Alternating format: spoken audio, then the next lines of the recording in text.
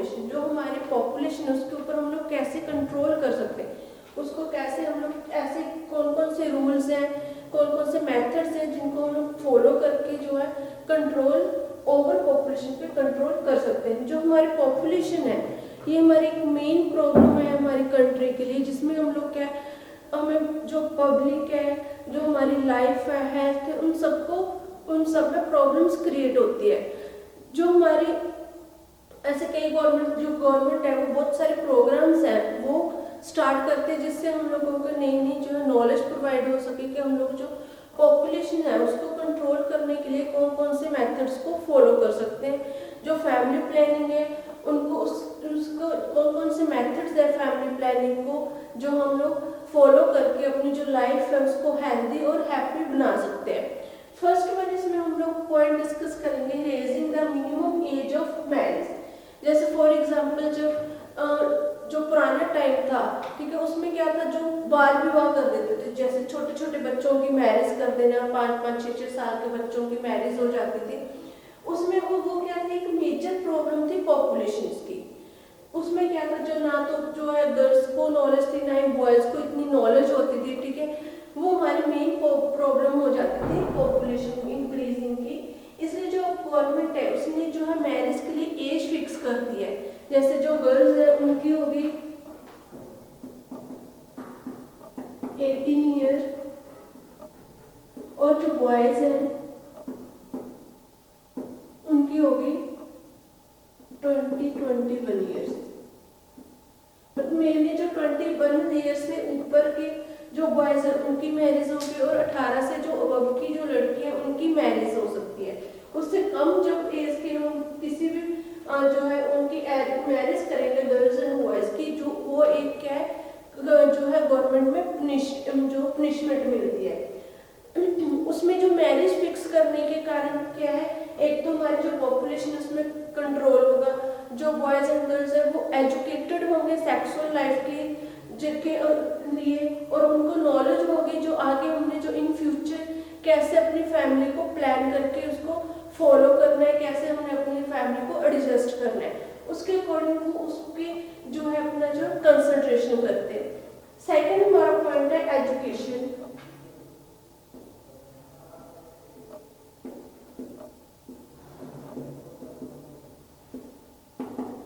Education एक major point है हमारा, इसमें जो ओवर पॉपुलेशन है उसको कंट्रोल करने में। अगर जो पर्सन्स एजुकेटेड होंगे, जो एजुकेटेड पर्सन्स हैं वो अंडरस्टैंड करते हैं आगे की हमने जो फैमिली है उसको कैसे मेंटेन करना है, जो फैमिली के फाइनेंशियल प्रॉब्लम, जो चिल्ड्रंस हैं बच्चे हैं उनको एजुकेटेड करना है, उसके लिए हमें कितनी जो financial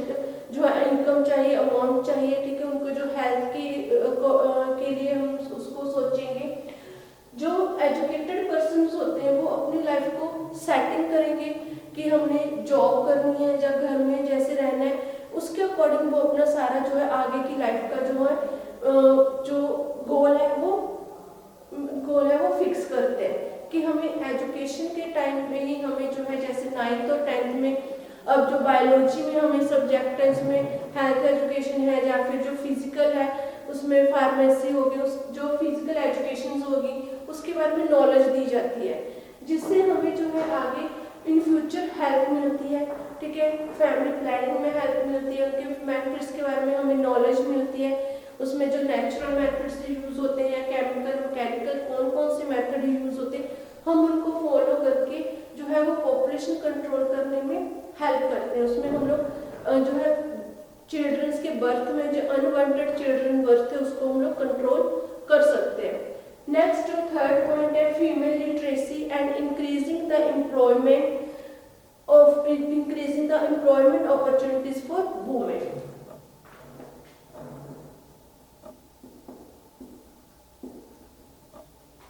Female literacy and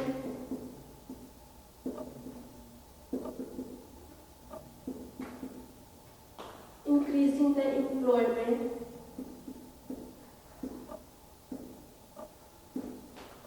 opportunity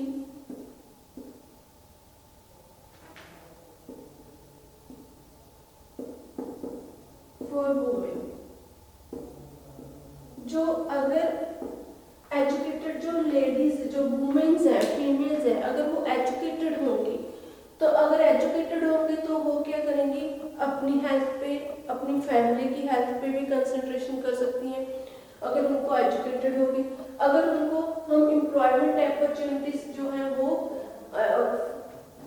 employment opportunities देंगे तो जो एक वुमेन्स है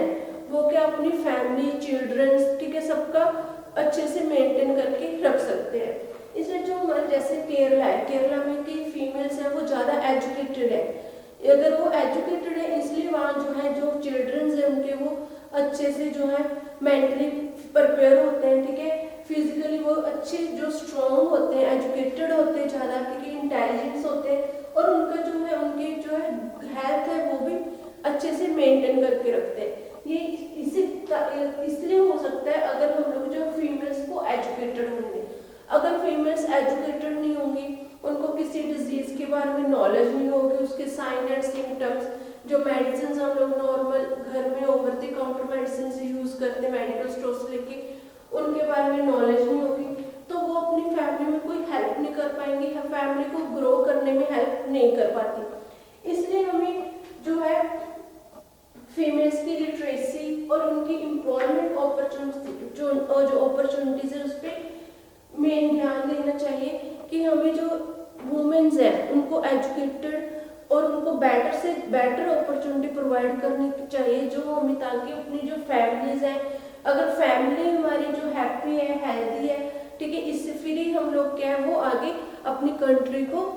मेंटेन करके रख सकते उसमें जो है नॉलेज को प्रोवाइड करवा सकते। अगर वुमेन्स एक वुमेन को नॉलेज होगी तो वो आगे फर्दर 10 जो लेडीज है उनको नॉलेज प्रोवाइड करवाएगी जो आगे हमारे जो इन फ्यूचर हमारे लिए बहुत ज़्यादा हेल्पफुल होगा। जो हमारा फीमेल है वो क्या इस जगह अगर फीमेल एजुकेटेड होंगे तो हमारा जो सोशियो इकोनॉमिक जो स्टेटस है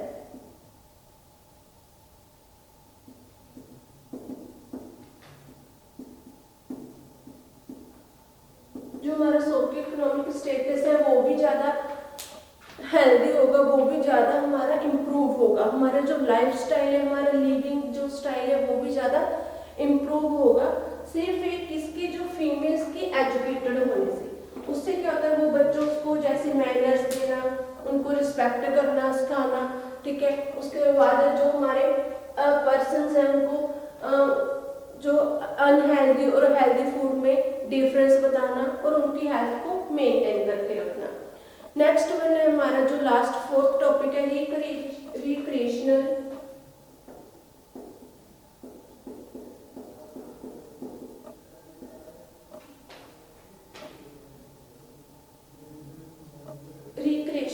फैसिलिटीज।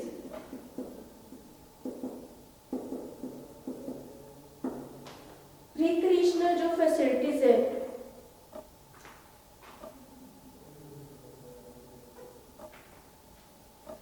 रिक्रिएशनल जो फैसिलिटीज है जैसे जो गवर्नमेंट्स हैं जो पुअर पीपल्स होते हैं उनको चीपेस्ट जो है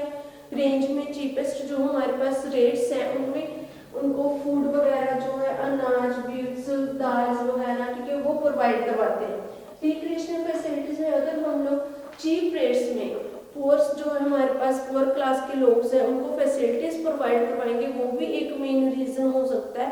हमारे पॉपुलेशन की ग्रोथ को इफेक्ट करता है। अगर हमें उनको जो रेट्स चीप होंगे ठीक है वो क्या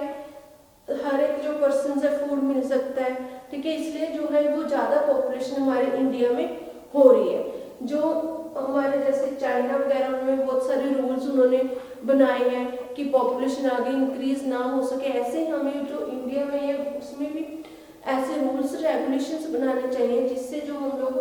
अपनी जो पॉपुलेशन है उसको इंक्रीज होने से इंक्रीज ना होने दे पॉपुलेशन की ग्रोथ को कम कर सके। नेक्स्ट हमारे पास है point decrease in birth rate.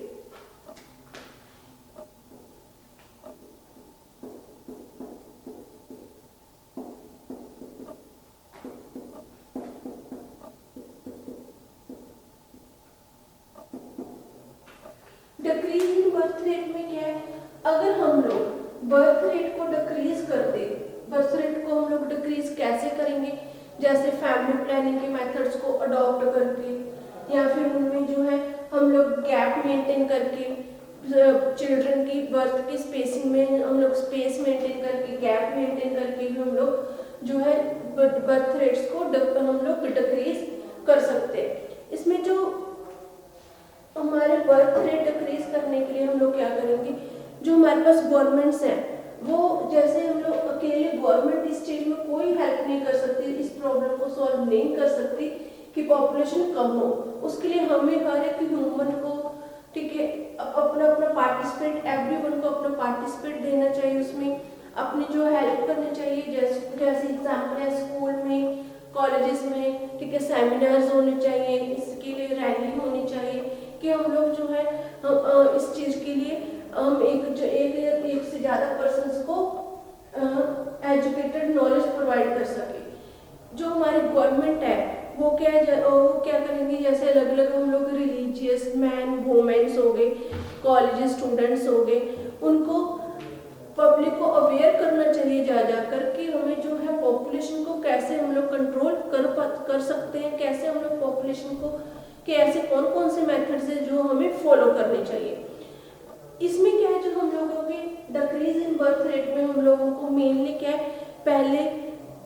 जो मेथड्स पता होने चाहिए, ऐसे कौन से मेथड्स यूज होते हैं जिससे हम लोग पॉपुलेशन कम करेंगे, उन मेथड्स के बारे में हमें एजुकेशन प्रोवाइड करवानी चाहिए। स्कूल्स में और कॉलेजेस में हमें एजुकेशन देनी चाहिए ताकि हम लोग जो आगे फ्यूचर में अवेयर हो सके उस प्रॉब्लम्स को सॉल्व करने के लिए। नेक्स्ट इसमें हमारा जो टॉपिक है फैमिली। नेक्स्ट टॉपिक है हमारा फैमिली प्लानिंग। फैमिली प्लानिंग का मीनिंग क्या है कि फैमिली को प्लान करना, उसके साइज को मेंटेन करना कि हमें अपनी जो फैमिली है उसका कितना साइज रखना है, वो हो गया हमारा फैमिली प्लानिंग।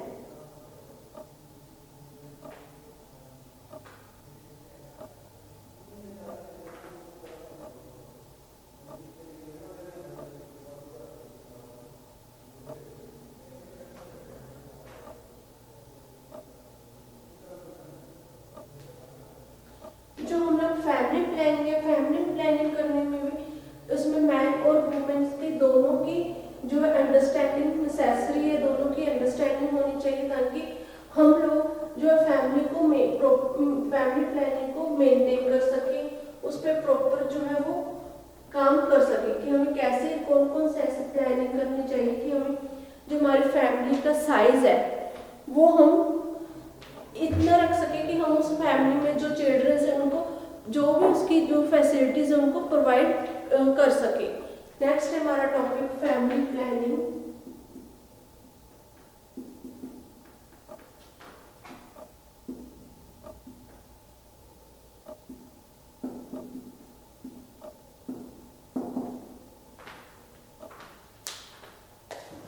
फैमिली प्लानिंग का लिटरल मीनिंग क्या है, टू प्लान फैमिली।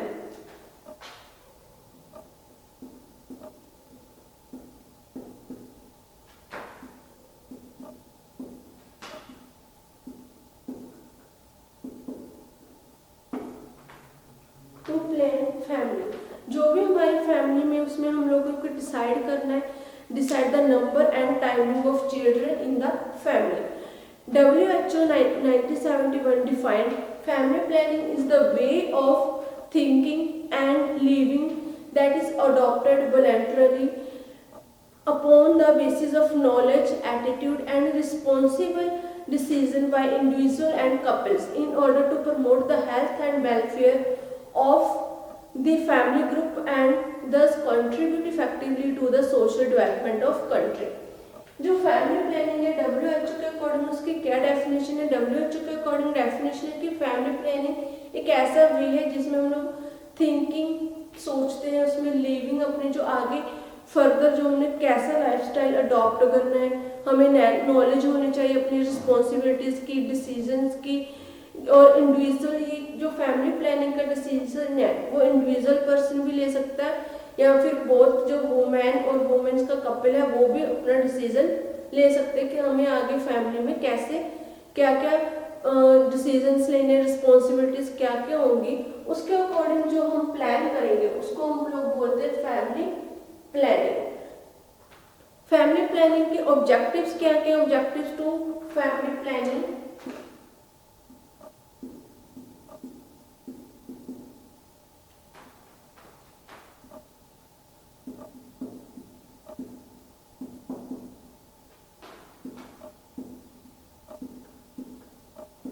जो फैमिली प्लानिंग के ऑब्जेक्टिव है, जो मेनली जो हम लोग फैमिली प्लानिंग है उसमें हमें जो फिजिकली अपनी जो फैमिली को हैप्पी रखना होता है, उसको उनको मेंटली और फिजिकली,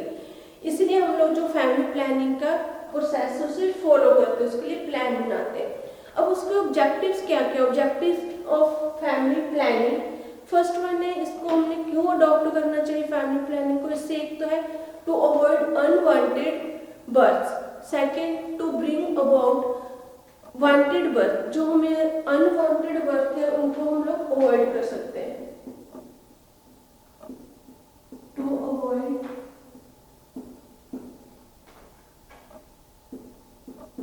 अनवांटेड बर्थ। जो हम लोग जैसे एग्जाम्पल है, कोई कपिल है वो क्या चाहता है कि हमें कोई भी बर्थ नहीं चाहता बेबी का, ठीक है, इसलिए उनको अगर वो फैमिली प्लानिंग के अकॉर्डिंग जो मेथड्स है उनको यूज करेगा, जो प्रिकॉशंस है उनको यूज करेंगे, तो वो अनवांटेड जो बर्थ होते हैं उनसे उनको अवॉइड कर पाते हैं। दूसरा, जब हमें नीड होती है, जब हमें फील होता है कि हमें किसी बेबी की जरूरत है, हमें बेबी के जो है उसके लिए प्लान करना चाहिए, तो उसमें हम लोग क्या, उस जो हम लोग मेथड यूज करते हैं उनको स्टॉप करके हमें जो है प्रेगनेंसी कंसीविंग के ऊपर ध्यान देना चाहिए। उससे हम लोग जो जब भी उसका मीनिंग यही होता है, उसमें ये हेल्पफुल होता है कि जब भी हम लोग चाहेंगे उस टाइम जो है वो वांटेड बर्थ हो सकते हैं, to bring about wanted birth.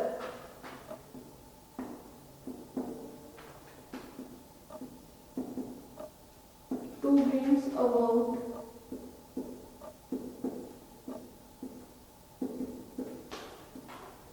Wanted birth.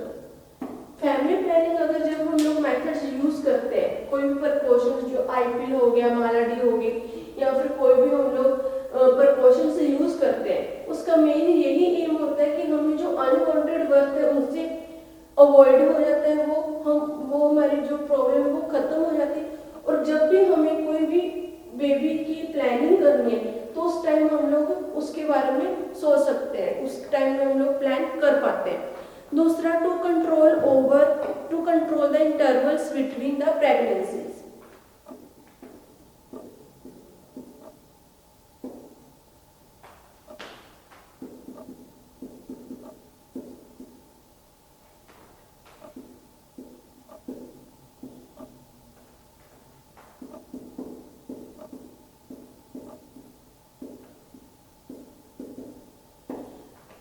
जो हमारा,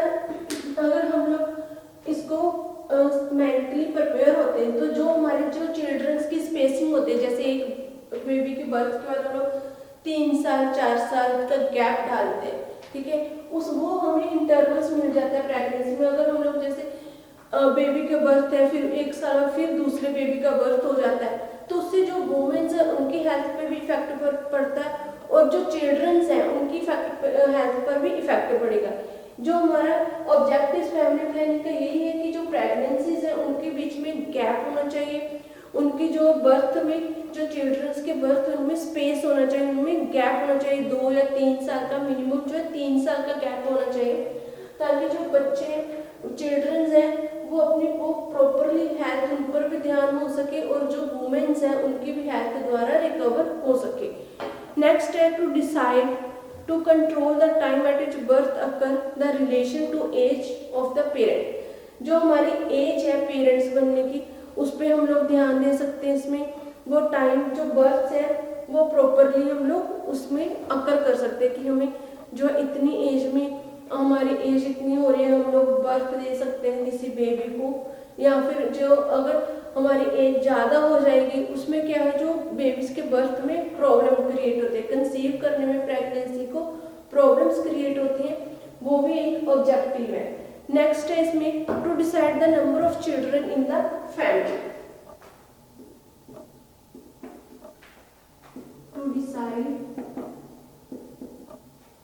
decide the number of children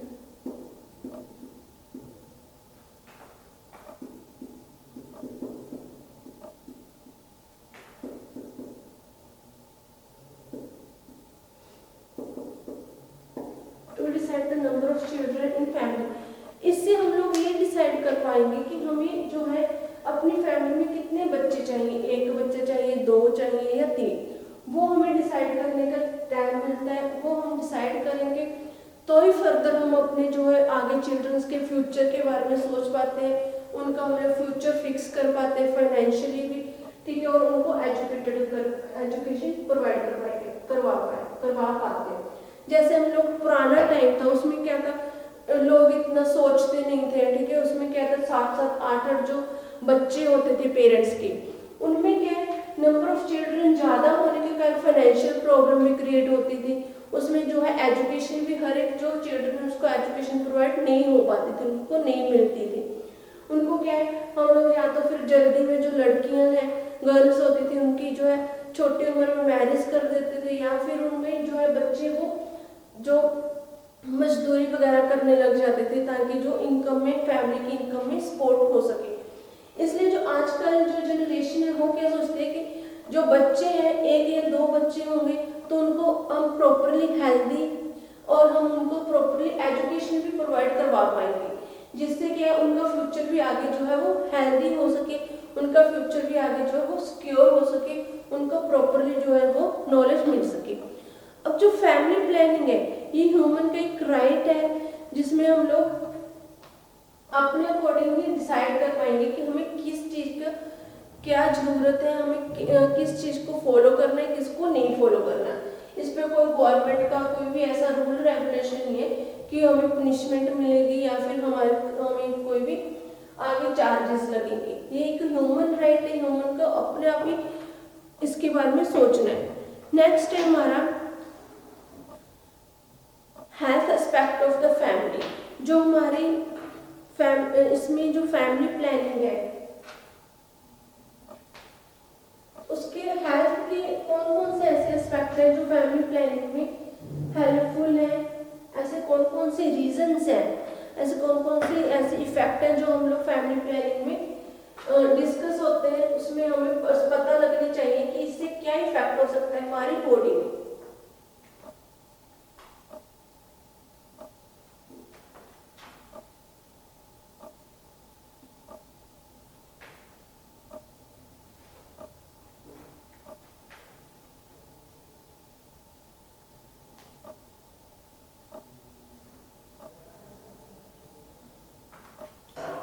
next है हमारा health aspect of family planning.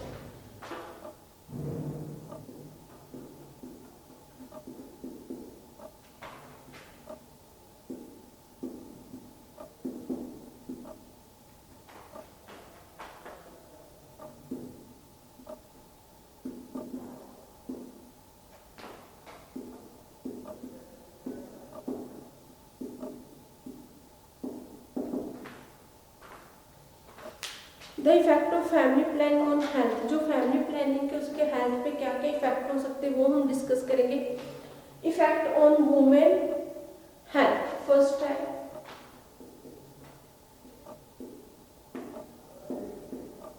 Effect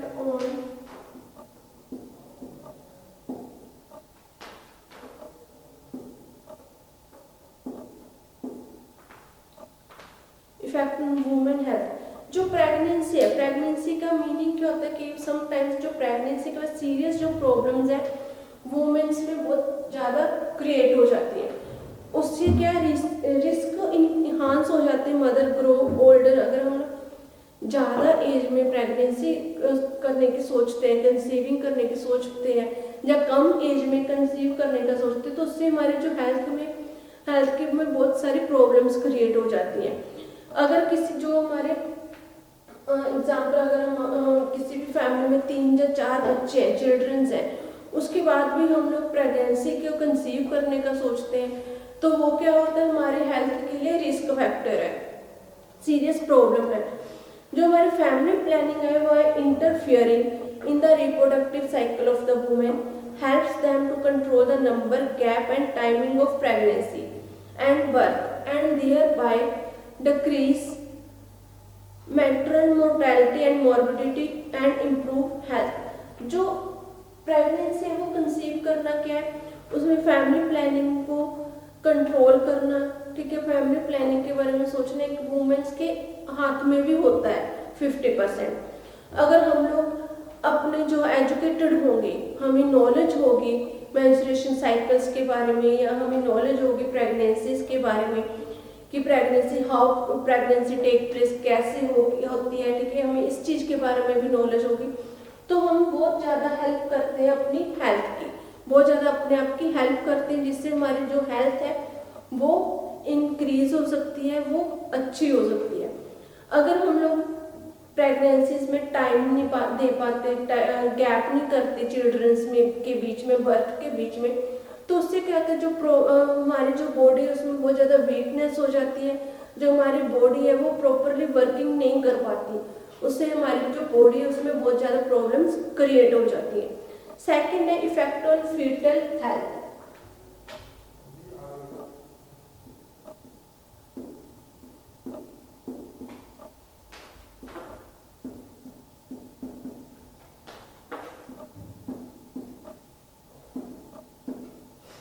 जो हमारा फीटल हेल्थ है, जो हमारा कंजेनिटल डिफेक्ट है, कंजेनिटल मतलब जो हमारा टाइम बर्थिंग की एग्जिस्टिंग, कंजेनिटल का मीनिंग यहाँ पर है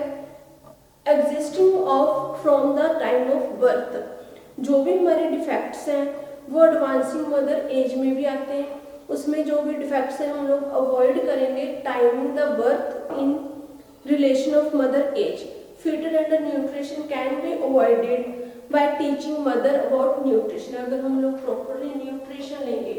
तो हमारा जो भी फीटस की हेल्थ में, जो चिल्ड्रंस की हेल्थ में कोई प्रॉब्लम नहीं होगी।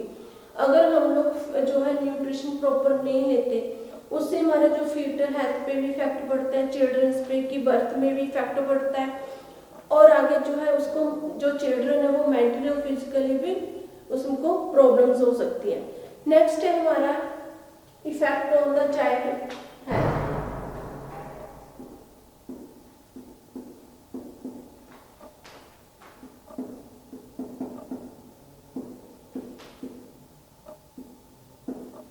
जो चाइल्ड की हेल्थ पे भी इसका इफेक्ट पड़ता है। अगर जो हम लोग चाइल्ड मोर्टेलिटी है इंक्रीज होगी, प्रेगनेंसीज ज़्यादा होंगी, तो हमारी जो फैमिली प्लानिंग में बर्थ की स्पेसिंग नहीं हम लोग बर्थ स्पेसिंग को मैनर नहीं रख पाते, उसको कंटिन्यू नहीं करते, तो उससे जो चिल्ड्रंस हैं, जो पहले जो हमारे बेबीज हैं, उन पे भी इफेक्ट पड़ता है, उनकी हेल्थ पे। जो न्यू बॉर्न बेबीज है उनकी भी हेल्थ पे इफेक्ट पड़ेगा, उनमें वीकनेस हो सकती है, उनमें कोई डिजीज भी हो सकती है। जो हमारे फर्स्ट सेकंड बेबीज है उन पे भी इफेक्ट उनकी हेल्थ पे पड़ता है, क्योंकि हम लोग उनकी भी प्रॉपरली केयर नहीं कर पाते। अगर हम लोग जो 3 या 4 प्रेगनेंसीज के बाद जो है मदर का जो है बॉडी है वो बहुत ज़्यादा वीक हो जाती है, जिससे वो लोग जो वो हर एक जो है प्रॉपरली जो मैनर काम है जो वो मैनेज नहीं कर पाते, जिससे जो बच्चों की केयर करना वो भी प्रॉपर नहीं हो पाती, इसलिए जो है वो